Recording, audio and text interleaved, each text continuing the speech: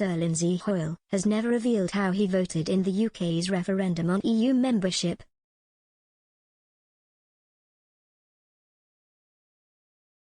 Sir Lindsay will return to the Speaker's chair for Prime Minister's questions today, as Boris Johnson faces Sir Keir Starmer and the Commons. It comes after Mr Johnson faced an unprecedented Tory rebellion over new coronavirus passport restrictions. The new restrictions, announced a week ago, were subject to a series of Commons votes yesterday evening, with 98 Tory backbenchers voting against bringing in NHS COVID passes.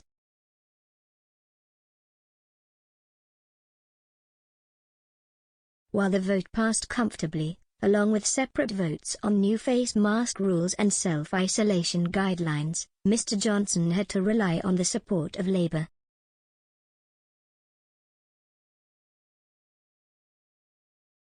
The rebels included a number of former cabinet ministers, such as David Davis, Damian Green, and Chris Grayling.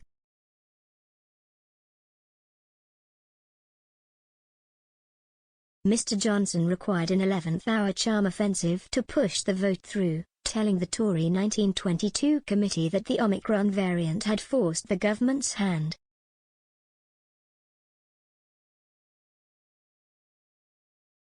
He said, "Lots and lots of people are going to get this, and you only need a small percentage of them to go to hospital before this becomes a problem."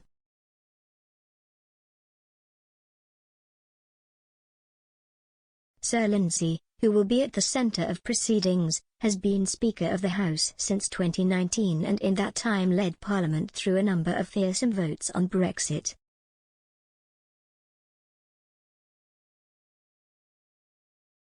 However, even before his spell as Speaker, the politician never publicly declared his views on Britain leaving the EU.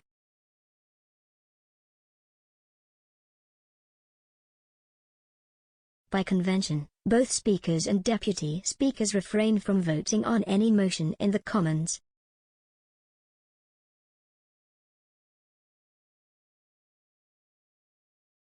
In turn, Sir Lindsay, who was elevated Deputy Speaker of the House of Commons in 2010, has never had to vote on Brexit.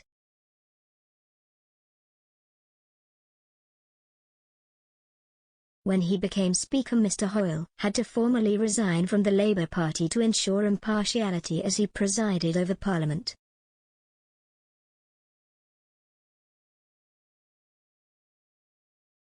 He has continued to serve as MP for his constituency, Hoyle, where he has stood since 1997.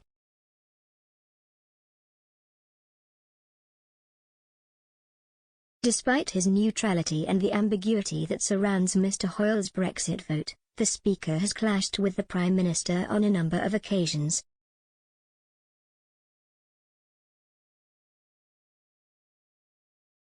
This week Mr Johnson broke parliamentary etiquette by publicly announcing changes to government policy on coronavirus before informing the Commons.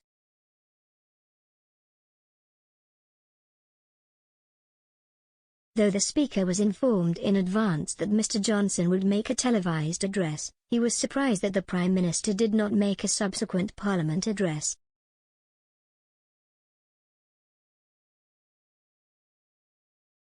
He said, "Can I say, last night when the Secretary of State called me to say that the Prime Minister felt the need to make the announcement to the country yesterday, I am surprised that he did not therefore think it appropriate to come to this House to answer questions to announce it today."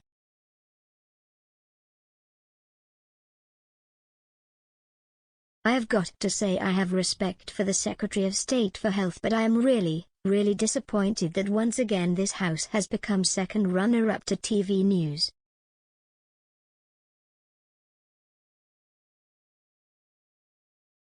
Not acceptable.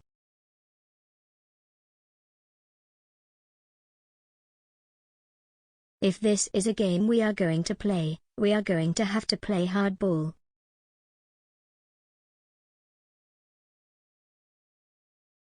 His predecessor as Speaker of the House was John Bercow, who was frequently accused of blocking Parliament and being a Remainer enabler during his 10-year spell in the chair.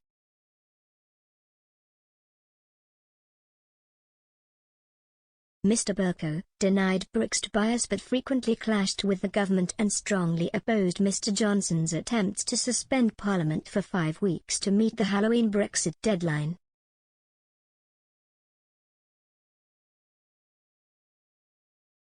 Since leaving his position as Speaker, he has been deeply critical of the government's handling of the pandemic, while this year he joined the Labour Party, having previously had Conservative affiliations that dated back to the 80s.